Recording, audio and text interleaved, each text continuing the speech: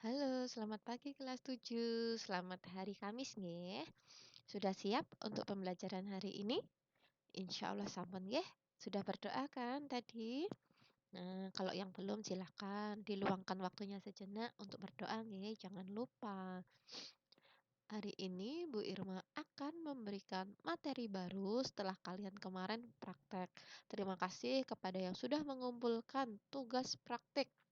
Baik itu berupa video, baik itu berupa foto, entah itu di Instagram, entah itu di YouTube, ataupun japri WA Bu Irma. Tidak apa-apa, yang penting kalian melaksanakan, yang penting kalian mengerjakan. Kalaupun tidak mengerjakan, ada alasannya. Bu Irma itu udah seneng banget.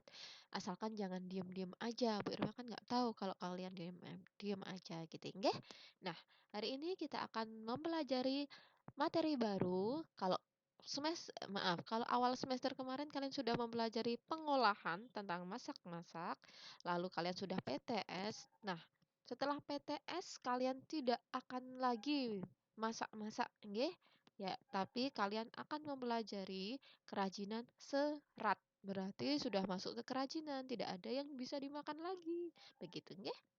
Langsung saja. Nah, di kerajinan serat ini nanti kalian akan mempelajari pengertian serat. Apa toh serat itu, Bu Irma? Nah, nanti kita pelajari bersama.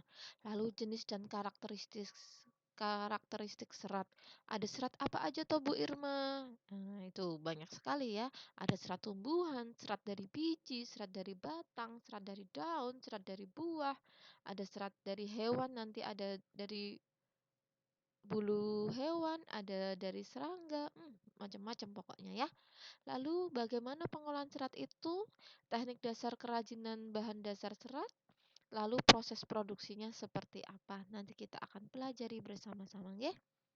Nah, ini dia yang seperti Bu Irma katakan tadi, pengertian serat. Yang pertama, kalian akan mempelajari tentang pengertian serat, ya. Bahan serat adalah suatu jenis bahan berupa potongan-potongan komponen yang membentuk jaringan, ya, yang memanjang utuh, begitu ya. Lalu serat merupakan bahan baku yang digunakan dalam pembuatan benang dan kain. Kalian memakai baju sekarang? Nah, itu bahan dasarnya ya serat yang diolah menjadi benang lalu dibentuk menjadi kain, begitu nggih. Jadi tidak ujuk-ujuk kok ada baju gitu, enggak, ada asal mulanya gitu. Nah, negara yang pertama kali mengelola bahan serat alam itu adalah negara Cina, begitu ya. Negara Cina itu emang dari ribuan tahun sebelum Masehi dia udah mengenal beberapa bahan serat, terutama serat alam ya. Seperti itu. Paham ya sampai sini ya. Jadi serat itu potongan-potongan komponen yang membentuk jaringan panjang, utuh. Dia lebih ke panjang ya. Seperti itu. Lalu di sini Bu Irma berikan rangkuman ada jenis bahan serat. Jenis bahan serat itu ada dua, serat dari tumbuhan dan serat dari hewan. Untuk yang serat dari tumbuhan itu ada biji, ada batang, ada daun, ada buah. Begitu ya. Asal mulanya ada 4, biji, batang, daun, dan buah kalau dari tumbuhan. Tapi kalau dari hewan itu ada stapel dan filamen. Apa itu Bu Irma stapel sama filamen? Ayo kita bahas satu persatu, tapi mulai dari serat tumbuhan dulu ya. Nah, serat dari tumbuhan. Serat yang berasal dari tumbuhan dapat dilihat berdasarkan bagian-bagian tumbuhannya. Untuk menghindari jamur, serat dari tumbuhan ini harus direndam terlebih dahulu dengan menggunakan natrium benzoat. Kalau untuk disimpan dalam jangka waktu yang lama ya, biar tidak berjamur. Nah, serat tumbuhan tadi Bu Irma sudah sebutkan ada yang dari biji. Biji yang digunakan apa saja? Ada biji kapas, ada biji kapuk, seperti itu. Pernah lihat? Belum pernah? Silahkan searching Google, jangan kayak orang susah ya. Nah, untuk yang serat tumbuhan dari batang, itu banyak sekali batang yang bisa dimanfaatkan seratnya. Ada batang anggrek, batang melinjo, batang mahkota batang beringin. Oh, banyak banget di LKS, di buku paket itu ada lebih banyak dari yang Bu Irma sebutkan. Ayo, coba di searchingnya. Apa itu batang rosella, apa itu batang jut, atau apa itu batang rami, apa itu batang sen, gitu. Coba di searching, banyak banget itu ya batang-batang dari pohon-pohon tertentu yang dapat dimanfaatkan seratnya. Lalu ada juga serat dari daun ya, yang bisa dipakai apa saja Bu Irma? Aduh, Bu Irma salah tulis itu ya. Harusnya daun mendong. Kok Bu Irma ngetiknya daun mending itu ya. Tolong ya di catatan kalian diperbaiki ya. Daun yang digunakan ada daun mendong, daun nanas, daun pandan berduri. Pandan berduri loh ya, bukan pandan yang biasa untuk memasak. Beda ya. Lalu ada enceng gondok dan lain-lain. Seperti itu ya. Yang terakhir, untuk serat dari tumbuhan ada buah. Nah, hanya sedikit yang dapat dimanfaatkan seratnya, yaitu buah kelapa. Pernah lihat kan kelapa? Ada yang punya pohon kelapa di rumah? Nah, yang tadi sudah serat dari hewan, sekarang maaf, yang tadi serat dari tumbuhan, sekarang serat dari hewan ya. Serat yang berasal dari hewan banyak disukai oleh negara-negara Eropa. Kenapa? Ada yang bisa tahu? Ada yang tahu jawabannya? Kenapa serat dari hewan banyak disukai oleh masyarakat di Eropa? Ada yang tahu? Karena biasanya mereka kan ada 4 musim kan ya. Salah satunya musim dingin ya. Mereka butuh yang hangat. Dan itu didapat dari serat hewan. Kalau serat dari tumbuhan itu enggak hangat. Yang hangat itu serat dari hewan. Begitu ya. Nah, serat tersebut memiliki tekstur yang lembut dan halus. Tapi juga yang hangat juga ya. Jadi dia lembut, halus, dan menghangatkan. Ya. Bagian hewan yang dimanfaatkan seratnya adalah bulunya. Tapi tidak semua harus bulu, ada juga yang kepompongnya, begitu ya. Nah, di situ disebutkan serat dari hewan ada stapel ya. Stapel adalah serat yang berbentuk rambut hewan atau sering disebut wool ya, wool. Contohnya apa Bu Irma hewan yang bisa dimanfaatkan bulunya? Ada domba, ada alpaka, ada unta, ada cashmere, ada mohair, kelinci, dan vicuna. Ya, silahkan searching apa itu alpaka, apa itu unta, gitu ya. Lalu filamen adalah serat yang berbentuk jaringan. Ya, contohnya serat yang berasal dari larva ulat sutra yang digunakan untuk membuat kepompong. Jadi yang dimanfaatkan, yang dipintal menjadi benang, yang nantinya jadi baju itu adalah kepompong ulat sutranya. Bukan ulat sutranya loh nggih, kepompongnya. Jangan sampai salah nggih. Oke, paham ya sampai sini ya? Lanjut. Nah, ini karakteristik bahannya. Kan ada banyak nih ya. Ada tekstil, ada sutra, ada wool. Lah, kita bahas satu persatu. Kalau untuk tekstil, bahan tekstil yang dari selulosa atau kapas itu memiliki karakteristik seperti bahannya terasa dingin saat dipakai ya, tapi sedikit kaku, mudah kusut. Tahu kan kusut kalau baju belum disetrika itu loh, kelihatan lekuk-lekukannya itu namanya kusut ya. Lalu mudah menyerap keringat, rentan terhadap jamur dan mudah terbakar. Itu kalau serat dari tekstil ya.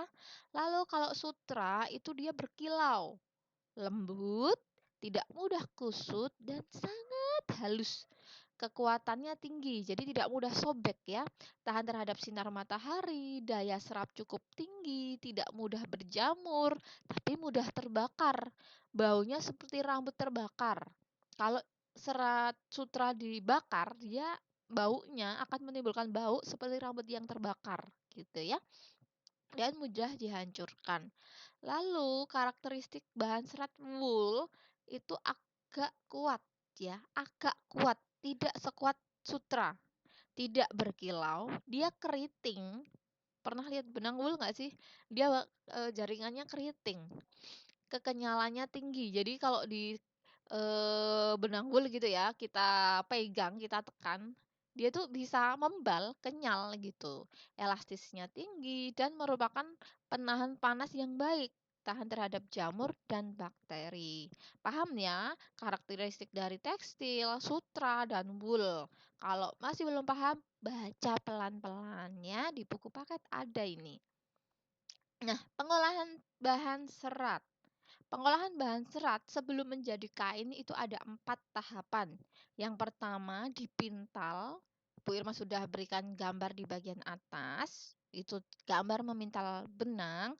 Lalu yang kedua penggulungan benang. Jadi setelah dipintal, benang itu digulung. Ini jadi bundelan-bundelan seperti itu ya. Lalu pencelupan warna. Biar jadi warna kuning, hijau, merah dan lain sebagainya dicelup dulu.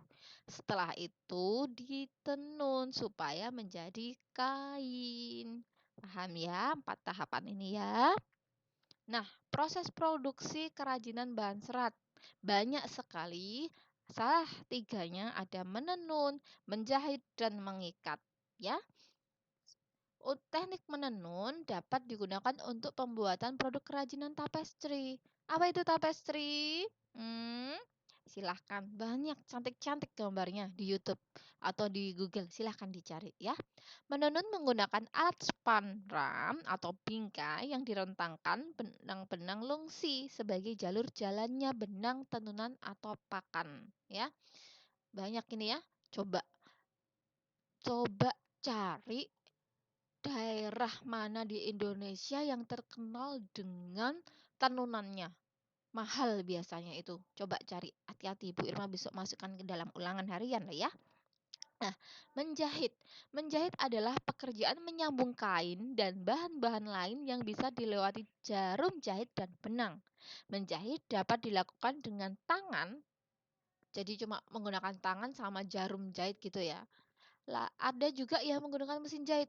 Ada yang pernah lihat mesin jahit? Ada yang punya di rumah? Ibunya punya mungkin? Nah, itu ya.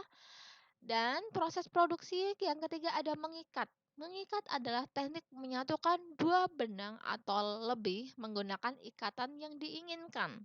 Ya. Mengikat dapat pula diartikan menyatukan helaian kain yang disatukan dengan lainnya menggunakan alat pengikat untuk membentuk pola tertentu. Tahu kan yang beberapa waktu lalu viral ada tie-dye itu, cantik-cantik ya warnanya ya, warna-warni kayak gitu. Bu Irma suka itu ya. Nah, saat membuat kerajinan ada beberapa syarat perancangan benda kerajinan yang harus kalian perhatikan ya. Ada 5. Yang pertama kegunaan atau utility, yang kedua kenyamanan ada comfortable, yang ketiga keluasan atau flexibility, yang keempat keamanan atau safety, yang terakhir atau yang kelima ada keindahan atau estetik. Ya, yang pertama dulu yang kegunaannya, benda kerajinan harus mengutamakan nilai praktis, yaitu dapat digunakan sesuai dengan fungsi dan kebutuhannya. Contohnya benda kerajinan mangkuk, ya. Dia tidak hanya sebagai pajangan, tapi juga bisa sebagai wadah sayur. Gitu. Yang kedua, kenyamanan. Benda kerajinan harus menyenangkan dan memberi kenyamanan bagi pemakainya. Contohnya, cangkir yang dibuat, yang didesain dengan ada pegangannya. Dia kan lebih nyaman dipegang ya daripada cangkir yang nggak ada pegangannya, licin. Ya. Yang ketiga, keluasan. Benda kerajinan harus memiliki keserasian antara bentuk dan wujud benda dengan nilai gunanya. Jadi harus serasi bentuknya. Nggak boleh terlalu besar, nggak boleh terlalu kecil, gitu ya. Contohnya seperti sesuatu yang disesuaikan dengan anatomi dan ukuran kaki. Antar negara dengan negara lain biasanya ukuran itu berbeda ya, apalagi Eropa dengan Asia. Beda itu ukurannya ya. Jadi kalau kalian beli sepatu, beli baju dari luar negeri, terutama yang dari Eropa-Eropa, itu ukurannya harus dilihat, dikonversikan dengan ukuran Asia, dengan ukuran kaki kalian yang sebenarnya, begitu ya. Lalu yang keempat ada keamanan atau safety ya. Benda kerajinan tidak boleh membahayakan pemakainya. Bentuknya unik nih, tapi kalau mau dipakai tidak boleh membahayakan, tidak boleh menggores, tidak boleh meracuni gitu ya. Contoh piring dari serat kelapa harus mempertimbangkan komposisi zat pelapis atau pewarna yang dipakai agar tidak berbahaya jika digunakan sebagai wadah makanan. Ya, tidak boleh berbahaya zat pelapisnya. Jadi kalau dipakai untuk wadah makanan yang berkuah ataupun yang tidak berkuah, zat-zat pewarna tidak akan masuk ke dalam tubuh dan harus halus. Karena apa? Nanti kalau dipegang supaya tidak menggores, supaya tidak nelusupi kalau yang dari serat ya biasanya ya. Tahu kan nelusupi bahasa Jawa? Nah, yang kelima keindahan atau estetik. Benda yang indah mempunyai daya tarik yang lebih dibandingkan benda yang biasa-biasa aja ya. Keindahan sebuah benda dapat dilihat dari beberapa hal, termasuk bentuknya, hiasan atau ornamennya, dan bahan bakunya. Piring polos sama piring yang ada motifnya. Cantik kan piring yang ada motifnya kan? Piring yang bentuknya bulat biasa dengan piring yang berlekuk-lekuk. Cantik yang berlekuk-lekuk kan? Nah, seperti itu ya. Nah, karya yang baik dihasilkan dari proses perancangan yang baik pula. Oleh sebab itu, proses perancangan karya harus memperhatikan hal-hal seperti gambar berikut di samping. Yang pertama, dari proses penciptaan itu kita harus menentukan bahan dan jenis kerajinannya dulu ya. Yang kedua, menggali ide dari berbagai sumber. Lihat YouTube, Bu, boleh. Lihat Google, Bu, boleh. Lihat Pinterest, Bu, boleh. Lihat Instagram, Bu, boleh. Dari mana aja, majalah, koran bisa ya. Yang ketiga, membuat beberapa sketsa. Jadi sketsanya nggak hanya satu, buat beberapa sketsa. Kalau pakai bahan ini gimana, kalau ditambah hiasan ini seperti apa, kalau pakai warna ini bagus apa enggak. Buat beberapa sketsa ya. Yang keempat, menentukan sebuah karya terbaik dari sketsa tadi. Kan biar beberapa sketsa nih, misalnya 3. Oh, yang paling bagus yang ini nih. Ya, itu yang dipakai gitu ya. Yang kelima, mengumpulkan bahan dan alat ya. Yang keenam, membuat karya kerajinan. Yang ketujuh, evaluasi karya. Oh, kalau pakai warna ini ternyata nggak cocok. Oh, kalau pakai bahan ini ternyata kurang tebal. Seperti itu, dievaluasi kurangnya apa. Yang kedelapan atau yang terakhir, direvisi, memperbaiki, membuat ulang sesuai dengan evaluasi. Oh, kemarin pakai warna kuning ternyata jelek, bagusnya pakai warna hijau. Ya, berarti mau revisinya menggunakan bahan yang berwarna hijau. Oh, ternyata yang pakai wool jelek, bagusnya pakai sutra. Oh, menggunakan sutra seperti itu contohnya ya. Nah, ini produk dan proses kerajinan serat. Untuk serat tumbuhan, teknik yang digunakan sebagian besar dengan cara dianyam. Tahu anyam? SD ada yang pernah dapat pelajaran menganyam? Menganyam di kertas? Nah, bisa menggunakan anyam tangan gitu ya. Tapi selain anyam, bisa juga dijahit atau ditempel. Aduh, Bu Irma salah ketik lagi itu ya. Harusnya ditempel, bukan ditempel ya. Ditempel dan dijahit gitu ya. Untuk yang kerajinan dari bahan serat hewan, tekniknya ada jahit, ada tenun, dan rajut, menyesuaikan dengan bahannya dari hewan apa gitu nggih. Nah, kemasan. Kemasan produk kerajinan serat. Kemasan itu fungsinya ada 4. Bu Irma sudah rangkumkan untuk kalian. Yang pertama untuk menjual produk supaya lebih wow, supaya lebih hebat, supaya lebih bagus lah ya. Yang kedua, melindungi produk dari debu, air, hujan, dan lain sebagainya. Rayap gitu juga ya. Yang ketiga, memudahkan penggunaan. Biasanya di beberapa kerajinan tertentu yang khusus, yang unik, yang bahannya langka itu ada cara penggunaan atau cara penyimpanan, cara merawat gitu supaya memudahkan penggunaan ya. Yang keempat, memperindah penampilan biar lebih cantik, lebih estetik gitu ya. Produk yang diperuntukkan untuk dijual, maka kemasannya harus lebih bisa melindungi produk tersebut ya. Tapi produk yang bertujuan untuk dipamerkan, dipajang, kemasannya bertuju untuk penunjang produk utama. Seperti itu. Nah, selesai, tinggal tugas. Nah, tugasnya siapkan LKS prakarya kalian prakarya kelas 7 ya, LKS ya, warna yang kuning itu ya. Lalu buka LKS halaman 10 sampai 14. Di situ ada soal-soal, 40 soal, silahkan dikerjakan semua di LKS kalian, begitu ya. Nah, setelah itu salin jawaban kalian dalam link presensi. Bu Irma akan berikan link presensi bersama bahan tayang ini. Jadi, silahkan dikerjakan di situ. Setelah kalian mengerjakan di LKS, kalian buka link presensi, terus dijawab satu persatu. Bu, banyak sekali 40 soal. Tenang saja, Bu Irma. Perpanjang waktunya sampai jam 3 sore ini. Tapi tentu saja kalian tidak boleh skip pelajaran yang lain ya. Paham ya? Gampang ya? Silahkan, boleh buka YouTube, boleh buka Google, boleh searching buku, boleh searching di LKS jawabannya. Jangan menjawab asal. Begitu nih anak ya. Nah, jika ada pertanyaan, jika ada hal yang belum jelas, silahkan hubungi WA Bu Irma. Nomornya Bu Irma masih sama di 085882882568. Atau kalau malu boleh email Bu Irma. Begitu ya.